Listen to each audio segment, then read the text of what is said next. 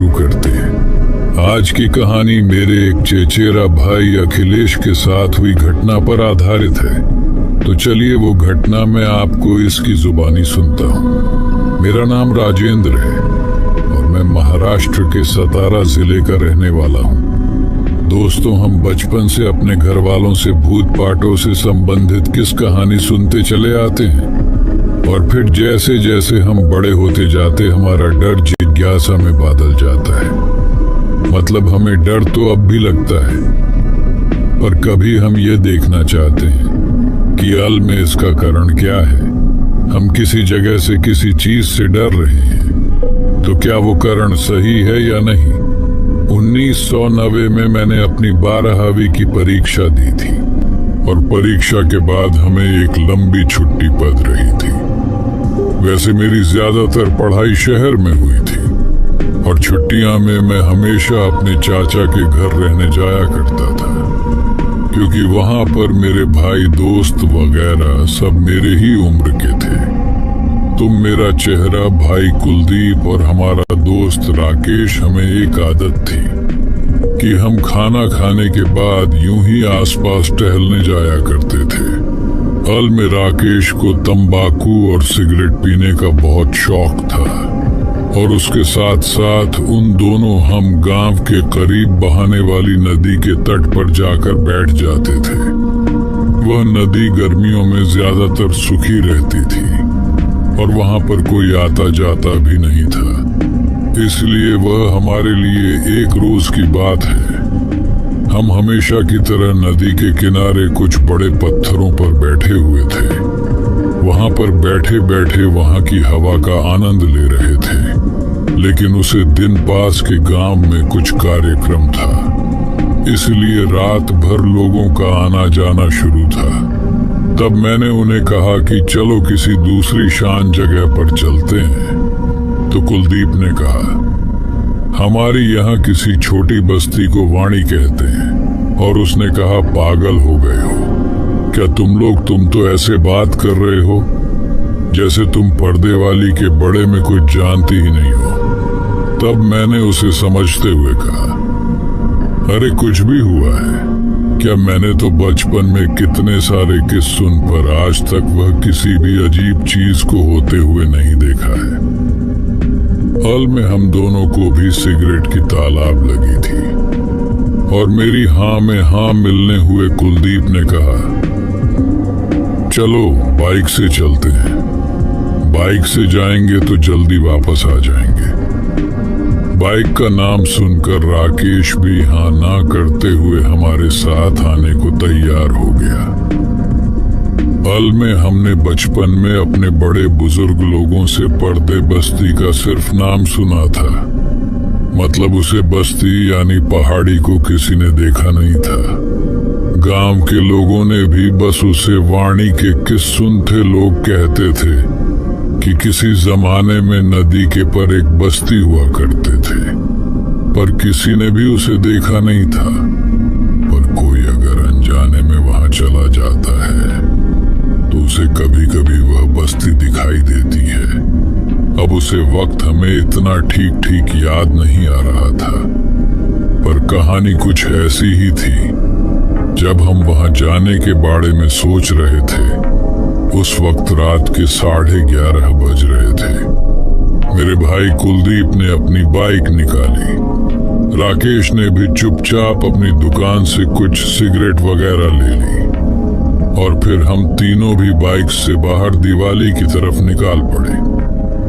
कुछ 5 मिनट में हम नदी के किनारे तक पहुंच गए। हमें पहाड़ी की जगह पर जान के लिए भारतीय वादी से आगे जाना था। मतलब वहां ऐसा कोई निशान तो नहीं था कि जिसे देखकर आप ये बता सके कि हाँ यहाँ पर दिवाली की बस्ती हुआ करती थी। वहां बस एक सुनसान सूखी बंजारा जमीन थी और इस जमीन को करते थे।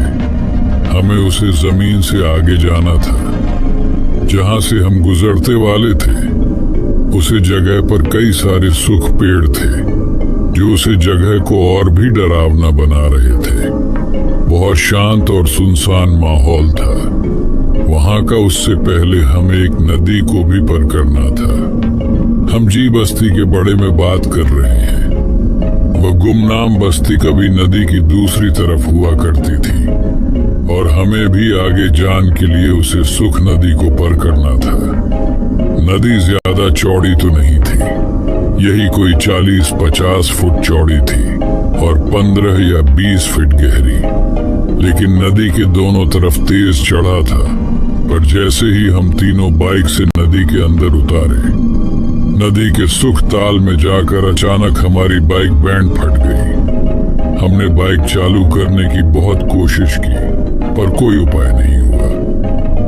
हम पिछले 15 मिनट से बस कोशिश किए जा रहे थे पर हमारा सर समय बर्बाद हो रहा था।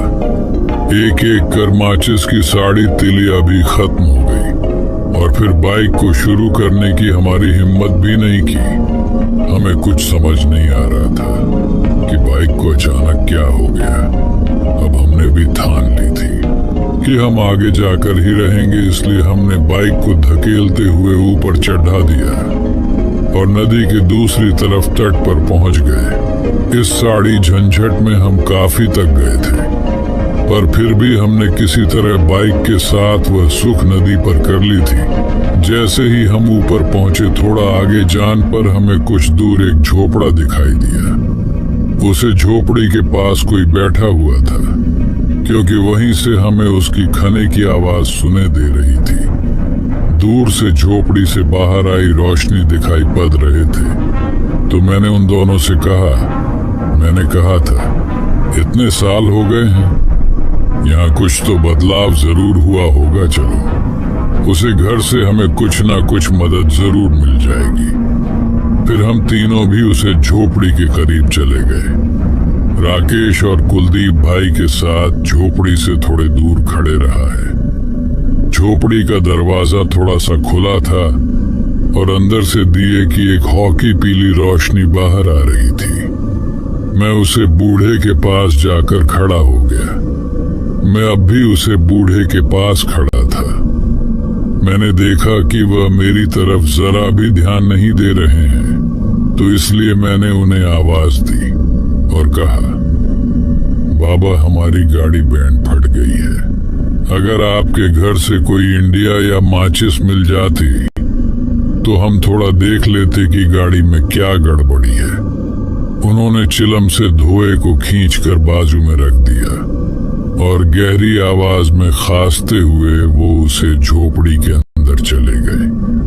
फिर झोपड़ी के अंदर से एक जल्दी लकड़ी लाकर उन्होंने मेरे हाथ में थमा दी। मैंने उनके हाथ से लकड़ी और पीछे मुड़कर कुछ कम दूर ही गया था कि तभी मेरे दोनों दोस्त वहीं से चिल्लाने लगे, भाग भाग। यहाँ से मैं कुछ समझ नहीं पाया कि वहां क्या हो रहा है, लेकिन उनके उसे अजीब बर्ड से मैं थोड़ा डर गया था। मुझे लगा कि वह जानबूझकर मुझे डरने के लिए कोई नाटक कर रहे हैं। पर तब वह दोनों भी गाड़ी को वहीं छोड़कर नदी की तरफ भागने लगे। अब उन्हें ऐसे दौड़ते हुए देख मैं और भी डर गया और जान अनजाने में मैं भी उनके पीछे पीछे भागने लगा। लेकिन वह होता है ना कि कभी कभी हमें अंदर से कुछ एहसास होता है कि कुछ तो गड़बड़ है। वैसा ही कुछ ऐसा मुझे भी उसे वक्त हुआ था। मैंने दौड़ते हुए ही अपने पीछे मुड़कर देखा और तब भागते भागते कुछ पाल के लिए हमें अपनी जगह पर ही रुक गया। मैंने देखा कि मेरे पीछे वहां कोई झोपड़ी नहीं था, कोई बुद्ध नहीं था, कोई रोशनी थी और नहीं मेरे हाथ में कोई लकड़ी थी। सब तरफ बस कलघाना अंधेरा था और गहरा सन्नाटा था।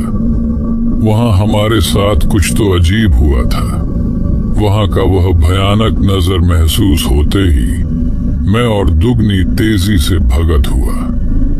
अपने दोस्तों के पास पहुंच उन्होंने तब तक नदी पर कर ली थी। हम तीनों भी नदी के दूसरी तरफ चले गए। मैंने घबराते हुए उन्हें कहा, अरे वह बाबा, वह झोपड़ा अचानक कहाँ गायब हो गया।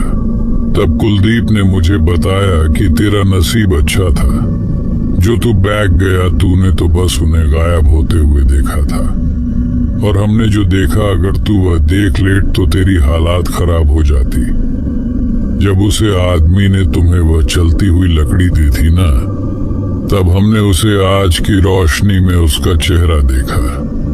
उसका कोई चेहरा ही नहीं था, और तभी एक औरत झोपड़ी के अंदर से दरवाजे में आकर खड़े हो गए।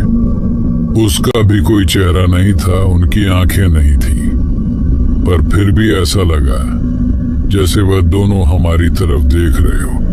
बहुत ही डरावना था वह सब कुछ, और इसलिए हम वहां से भागने लगे। हम तीनों भी किसी तरह भागते दौड़ते हुए घर पहुंच गए। हमने हमारे साथ जो भी हुआ वह हमारे घर वालों को बता दिया। उसे वक्त चाचा ने हमारी बात शांति से सुन ली, लेकिन वह हमारी हालात पर हंस रहे थे। और तब उन्होंने हमें बताया कि उनके दादाजी ने उनके बचपन में उन्हें उसे जगह के बड़े में एक कहानी बताई थी। वो कहानी ऐसी थी कि उनके गांव से थोड़ी दूर उसे पहाड़ के करीब कहानी साल पहले एक बस्ती हुआ करती थी, जिसे गांव के लोग पर्देवाड़ी इस नाम से जानते थे। वह लोग आसपास के गांव वालों से ज्यादा घुलाते मिलते नहीं थे। कहानी साल पहले मतलब जब मेरे चाचा के दादाजी छोटे थे, तब उन्होंने आखिरी बार बस्ती के लोगों को देखा था। मतलब आज से 100 साल पहले। उसके बाद वहां उन्हें कोई बस्ती दिखाई नहीं दी। बस्ती रहने वाले लोगों के दिमाग में उसे बस्ती की कुछ यादें बची थी। अल में कहते हैं कि इन सब के पीछे अंग्रेजन का हाथ था। उसे वक्त अंग्रेजन ने कोई कानून बनवाया था जो कि पहाड़ी लोगों के खिलाफ मूल आदिवासी शिकारी लोग थे, जिनका असली कम जंगली जानवरों और पक्षियों का शिकार करना था। पर उसे वक्त अंग्रेजन ने कोई कानून बनाकर शिकार पर पाबंदी लगा दी। उसे कारण से वो आदिवासी लोग जंगल से निकाल कर बाहर आ गए, लेकिन उसे वक्त के लोगों ने और समाज ने उन्हें अपनाया नहीं।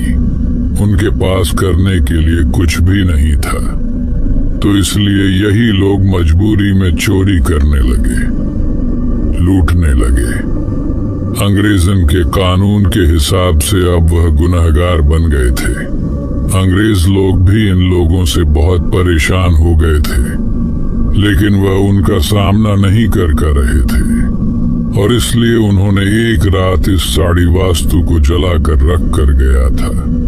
किसी को कुछ पता नहीं चला, क्योंकि अगले दिन वह बस उसे बस्ती की रख बच्ची थी।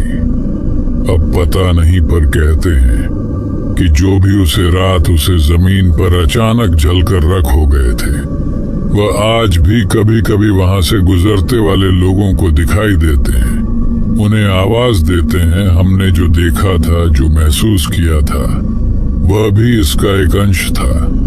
तो दोस्तों, आपको आज की ये कहानी कैसी लगी मुझे कमेंट कर जरूर बताएं। और ऐसे ही अगले कुछ एपिसोड में मैं अपने गांव के लोगों से सनी हुई कुछ सच्ची डरावनी कहानी लेकर आने वाला हूं। तो चलिए मिलते हैं अगले एपिसोड में। तब तक के लिए अलविदा।